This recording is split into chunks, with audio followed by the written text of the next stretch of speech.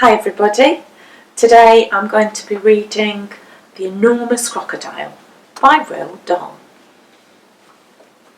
The Enormous Crocodile. In the biggest, brownest, muddiest river in Africa, 2 crocodiles lay with their heads just above the water. One of the crocodiles was enormous, the other was not so big. "Do you know what I'd like for my lunch today?" the enormous crocodile asked. "No," the not-so-big one asked. "What?" The enormous crocodile grinned, showing hundreds of sharp white teeth. "For my lunch today," he said, "I would like a nice juicy little child." "I never eat children," the not-so-big one said. "Only fish." "Ho, ho, ho!" cried the enormous crocodile. "I bet if you saw a fat, juicy little child paddling in the water over there at this very moment, you'd gulp him up in one gulp." "No, I wouldn't," the not-so-big one said. "Children are too tough and chewy. They're tough and chewy and nasty and bitter." "Tough and chewy?" cried the enormous crocodile. "Nasty and bitter? What awful tommy-rot you talk. They are juicy and yummy." "They taste so bitter," the not-so-big one said, "you have to cover them with sugar before you can eat them." "Children are bigger than fish," said the enormous crocodile. "You get bigger helpings." "You're greedy," said the not-so-big one. "You're the greediest croc in the whole river." "I'm the bravest croc in the whole river," said the enormous crocodile. "I'm the only one who dares to leave the water and go through the jungle to town to look for little children to eat." "You've only done that once," snorted the not-so-big one. "And what happened then?" "They all saw you coming and ran away." "Ah, but today when I go, they won't see me at all," said the enormous crocodile. "Of course they'll see you," the not-so-big one said. "You're so enormous and ugly, they'll see you from miles away." The enormous crocodile grinned again, and his terribly sharp teeth sparkled like knives in the sun. "Nobody will see me," he said, "because this time I've thought up secret plans and clever tricks." "Clever tricks?" said the not-so-big one. "You've never done anything clever in your life. You're the stupidest croc in the whole river." "I'm the cleverest croc in the whole river," the enormous crocodile answered. "For my lunch today, I shall feast upon a fat, juicy little child while you lie here in the river feeling hungry. Goodbye." The enormous crocodile swam to the side of the river and crawled out of the water. A gigantic creature was standing in the slimy, oozy mud on the riverbank. It was Humpy Rumpy the hippopotamus. "Hello, hello," said Humpy Rumpy. "Where on earth are you off to at this time of day?" "I have secret plans and clever tricks," said the crocodile. "Oh dear," said Humpy Rumpy. "I bet you're going to do something horrid." The enormous crocodile grinned at Humpy Rumpy and said, "I'm going to fill my hungry, empty tummy with something yummy, yummy, yummy, yummy." "What's so yummy?" said Humpy Rumpy. "Try to guess," said the crocodile. "It's something that walks on 2 legs." "You don't mean," said Humpy Rumpy, "you don't really mean you're going to eat a little child?" "Of course I am," said the crocodile. "Oh, you horrid, greedy, grumptious brute!" cried Humpy Rumpy. "I hope you get caught and cooked and turned into crocodile soup." The enormous crocodile laughed out loud at Humpy Rumpy. Then he waddled off into the jungle. Inside the jungle, he met Trunky the elephant. Trunky was nibbling leaves from the top of a tall tree, and he didn't notice the crocodile at first. So the crocodile bit him on the leg. "Oh," said Trunky in his big deep voice. "Who did that?" "Oh, it's you, is it, you beastly crocodile? Why don't you go back to the big brown muddy river where you belong?" "I have secret plans and clever tricks," said the crocodile. "You mean you have nasty plans and nasty tricks?" said Trunky. "You've never done a nice thing in your life." The enormous crocodile grinned up at Trunky and said, "I'm off to find a yummy child for lunch. Keep listening and you'll hear the bones go crunch." "Oh, you wicked, beastly beast!" cried Trunky. "You foul and filthy fiend! I hope you get squashed and squished and squizzled and boiled up into crocodile stew." The enormous crocodile laughed out loud and disappeared into the thick jungle. A bit further on, he met Mugglewump the monkey. Mugglewump was sitting in a tree eating nuts. "Hello, Crocky," said Mugglewump. "What are you up to now?" "I have secret plans and clever tricks," said the crocodile. "Would you like some nuts?" said Mugglewump. "I have better things to eat than nuts," sniffed the crocodile. "I didn't think there was anything better than nuts," said Mugglewump. "Aha," said the enormous crocodile. "The sort of things I'm going to eat have fingers, toenails, arms and legs and feet." Mugglewump went pale and began to shake all over. "You're not really going to gobble up a little child, are you?" he said. "Of course I am," said the crocodile. "Clothes and all. They taste much better with clothes on." "Oh, you horrid hoggish croc!" cried Mugglewump. "You slimy creature! I hope the buttons and buckles all stick in your throat and choke you to death." The crocodile grinned at Mugglewump and said, "I eat monkeys too." And quick as a flash, with one bite of his huge jaws, he bit through the tree that Mugglewump was sitting in, and down it came. But just in time, Mugglewump jumped into the next tree and swung away through the branches. A bit further on, the enormous crocodile met the roly-poly bird. The roly-poly bird was building a nest in an orange tree. "Hello there, enormous crocodile," sang the roly-poly bird. "Why, we don't often see you up here in the jungle." "Ah," said the crocodile, "I have secret plans and clever tricks." "Oh, I hope it's not something nasty," sang the roly-poly bird. "Nasty?" cried the crocodile. "Of course it's not nasty. It's delicious. It's luscious, it's super, it's muscious, it's duper. It's better than rotten old fish. You mash it and munch it, you chew it and crunch it. It's lovely to hear it go squish." "It must be berries," sang the roly-poly bird. "Berries are my favourite food in the world. Is it raspberries, perhaps? Or could it be strawberries?" The enormous crocodile laughed so much his teeth rattled together like pennies in a money box. "Crocodiles don't eat berries," he said. "We eat little boys and girls. And sometimes we eat roly-poly birds as well." Very quickly, the crocodile reached up and snapped his jaws at the roly-poly bird. He just managed to miss the bird, but he did catch hold of the long, beautiful feathers in its tail. The roly-poly bird gave a shriek of terror and shot straight up into the air, leaving its tail feathers behind in the enormous crocodile's mouth. At last, the enormous crocodile came out of the other side of the jungle in the sunshine. He could see the town not far away. "Ho, ho," he said, talking aloud to himself. "Ha, ha, that walking through the jungle has made me hungrier than ever. One child isn't going to be nearly enough for me today.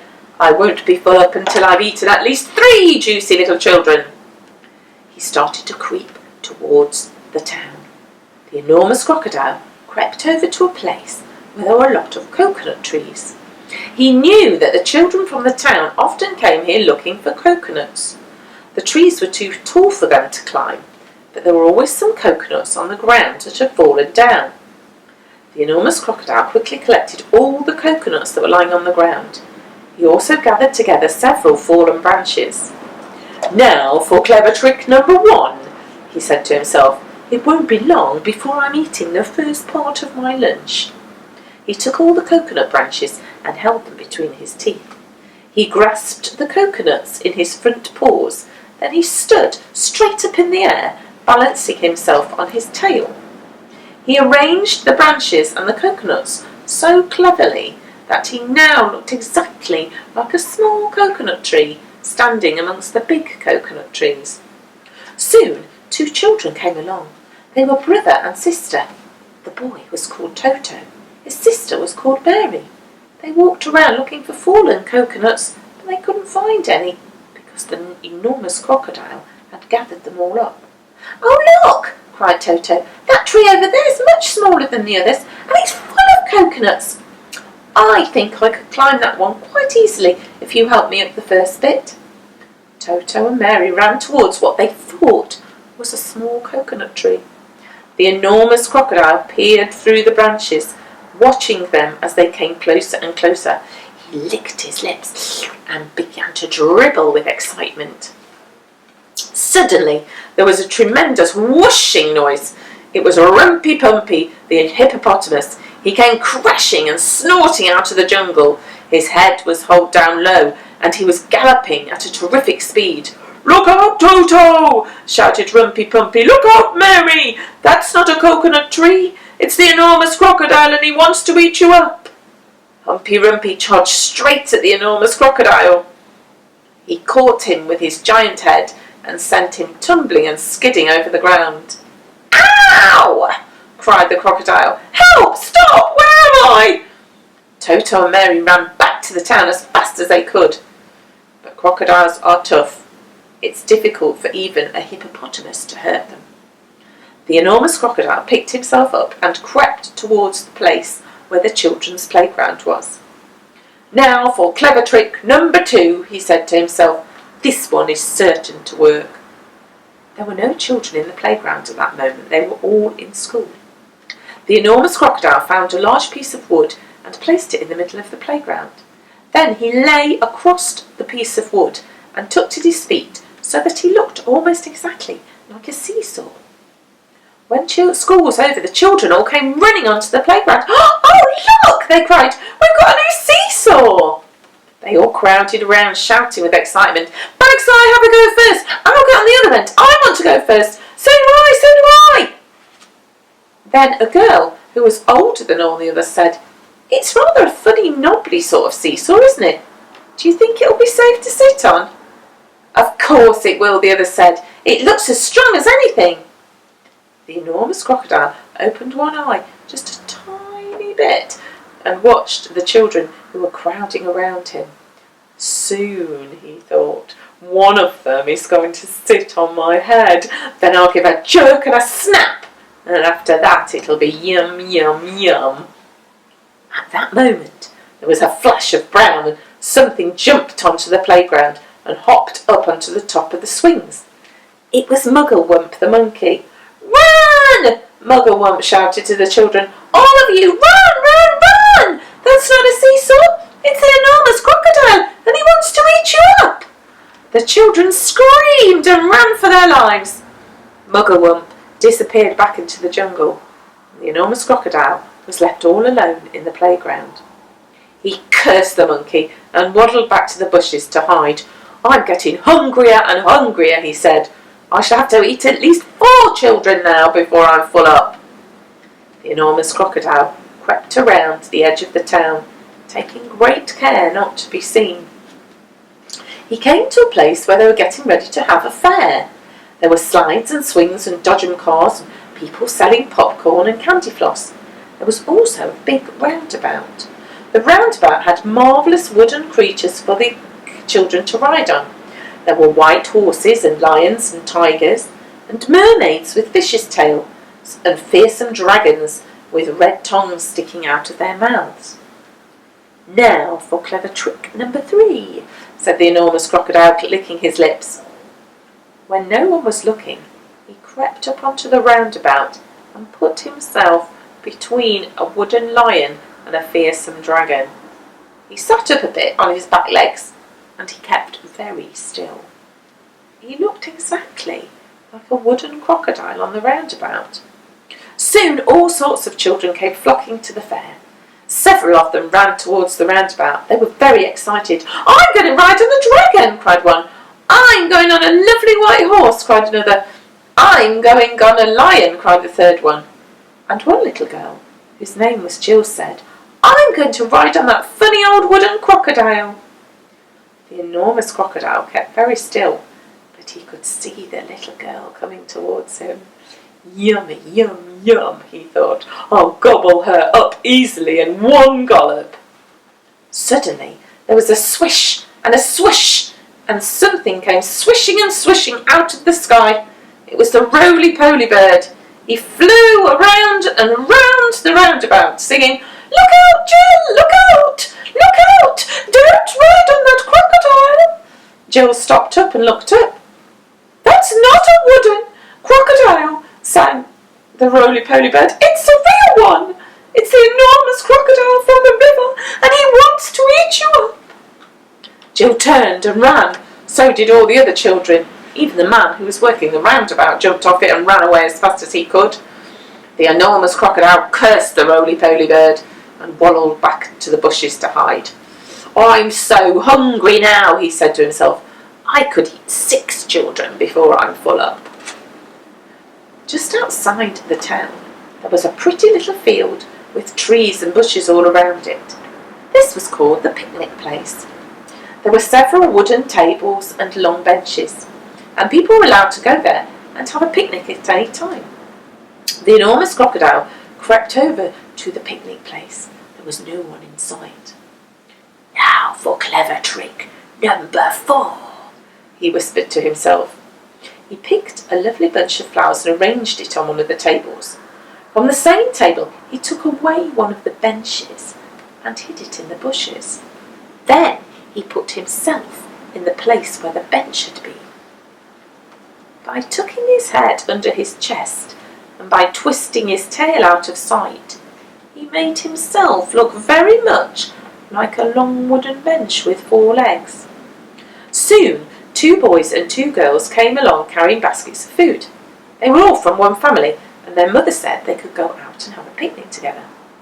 "Which table shall we sit at?" said one. "Oh, let's take that table with the lovely flowers on it," said another. The enormous crocodile kept as quiet as a mouse. "I shall eat them all," he said to himself. "They'll come and sit on my back, and I shall swizzle my head round quickly. After that, it will be squish, crunch, gullup." Suddenly, a big, deep voice from the jungle shouted, "Stand back, children! Stand back! Stand back!" The children stopped and stared at the place where the voice was coming from. Then, with a crashing of branches, Trunky the elephant came rushing out of the jungle. "That's not a bench you're going to sit on," he bellowed. "It's the enormous crocodile, and he wants to eat you all up." Trunky trotted over to the spot where the enormous crocodile was standing, and quick as a flash, he wrapped his trunk around the crocodile's tail and hoisted him up into the air. "Hey, let me go!" yelled the enormous crocodile, who was now dangling upside down. "Let me go! Let me go!" "No," Trunky said, "I will not let you go. We've all had quite enough of your clever tricks."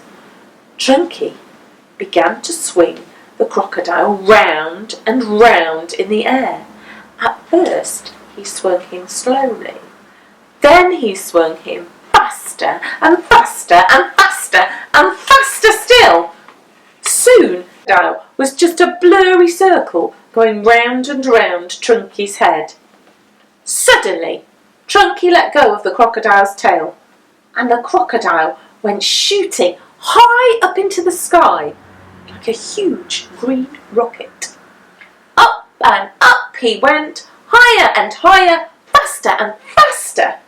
He was going so fast and so high that the earth was just a tiny dot miles below.